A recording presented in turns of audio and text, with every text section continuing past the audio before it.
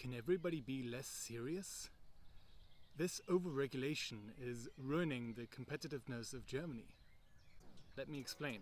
Young people, like me, sometimes actually want to do stuff and get things done. A lot of times this is made very difficult by people saying, no, you can't do that, that is not allowed.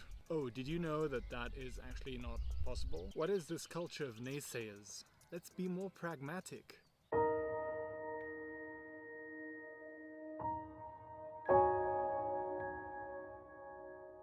Hey there, Johannes here. Today I want to show you 3 examples how overregulation is making things very difficult for a young entrepreneur in Germany. Since moving back here to the countryside in rural Germany, I've had a lot of issues when it comes to actually getting things done. One particular aspect that I want to bring to your attention is nature conservation, where things are just very off, where it's just very difficult to move things forward. There's a wonderful German word called Kulturlandschaft, and that essentially means landscape shaped by humans, not just nature, but also culture. Essentially, it translates to cultural landscape. Culture and nature need to work in harmony for that to work. Unfortunately, there are many forces, political forces, that are driving against human intervention in nature, and that just means that you have to ask yourself, living on the countryside, are we even desired? It's all well and good to want to preserve nature. I'm all for that. But remember, us humans, the cats, we want to live here too.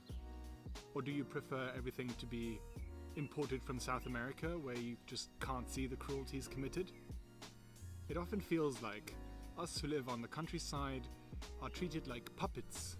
It feels like we're no longer wanted, and all we have to do is stand in as puppets for what city people think the countryside is supposed to be like.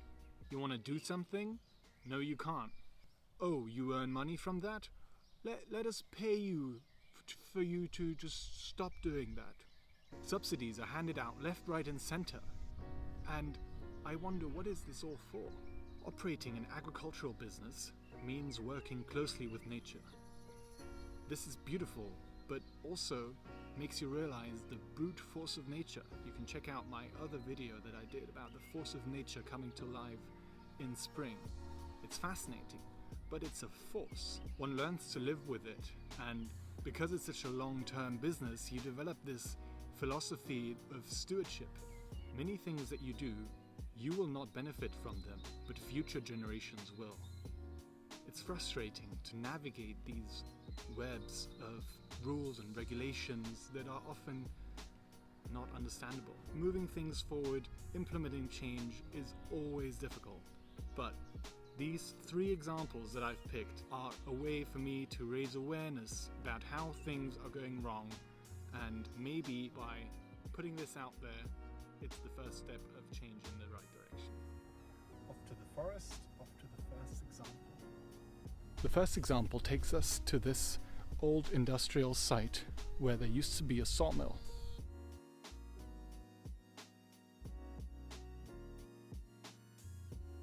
I don't know if you can imagine this, but this lakeside plot would actually be perfect to put up some little cabins.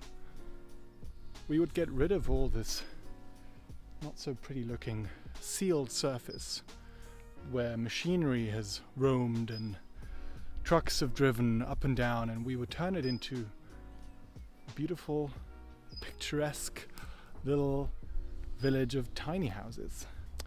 And you could sit here by the lake, enjoy this beautiful view, maybe do some kayaking, some swimming, maybe some fishing even. But unfortunately, this was met with a lot of resistance. There were voices in the community that just feared the competition. When this project was presented to the town hall, people were saying, is this going to bring wealthy people to our neighborhood? And they were very worried.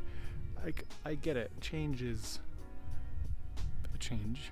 But it turned out that there were not only voices on the town board that were against it, but Also, when it came to county level, it was stopped in its tracks.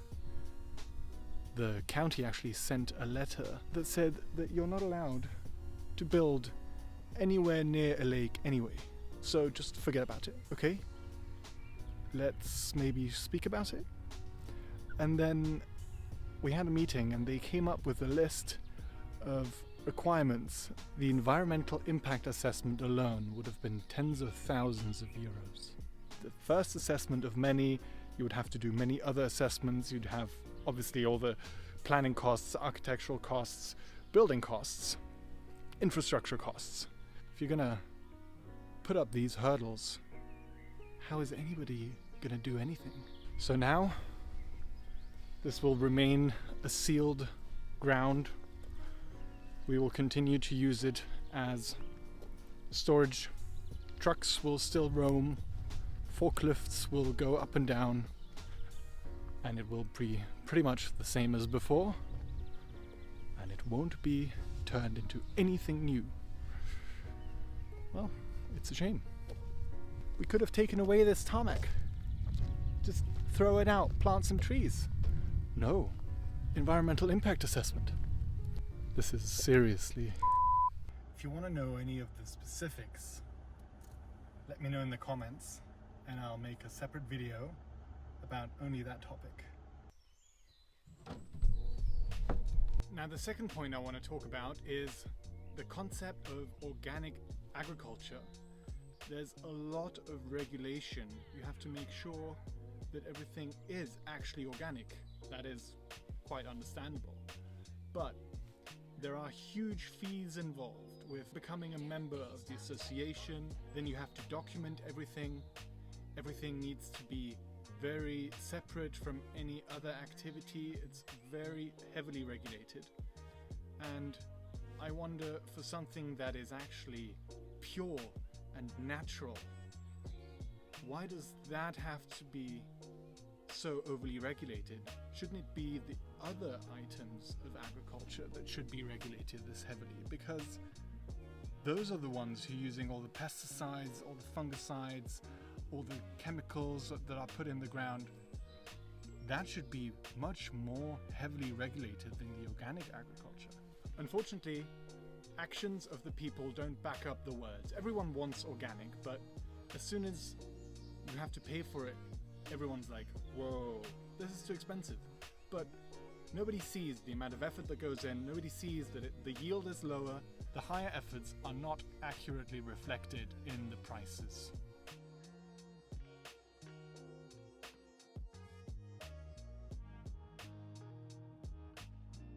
All right, we are now having a look at the third example, which is lakes.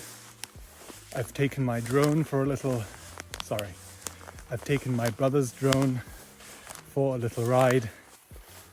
Look at these beauties. Well, the issue here is that they used to be used for traditional fishing. So you would have fishes that would go in beginning of the season and they would be taken out at the end and sold locally, which is actually a trademark of this region here. And now, however, there is a special scheme that you can put these lakes towards, and that means that they will be completely put to conservation and you get paid money for that. So actual taxpayers' money is going towards not fishing in the lakes that were made for fishing. And I mean, yes, of course, conservation is good and all, but it's really the culture that is suffering, because there's a culture here in this area that fishing is a part of. And so if you take away these lakes from the traditional methods, then that's a loss to the culture. So landowners are incentivized to take the bait of the subsidy and take away these ponds from the traditional fisher craftsmen. This overreaching is a little bit unnecessary, don't you think?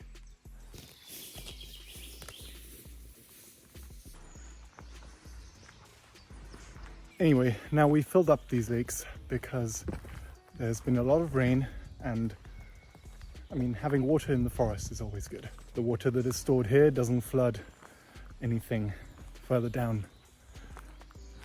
Makes sense, right?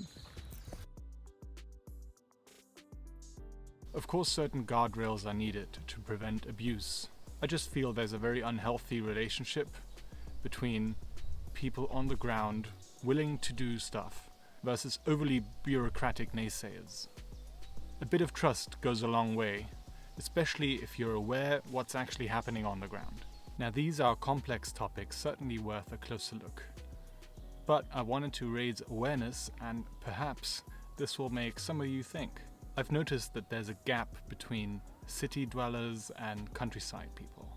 If you live in a city, you're unlikely to know what challenges people face who live in the countryside.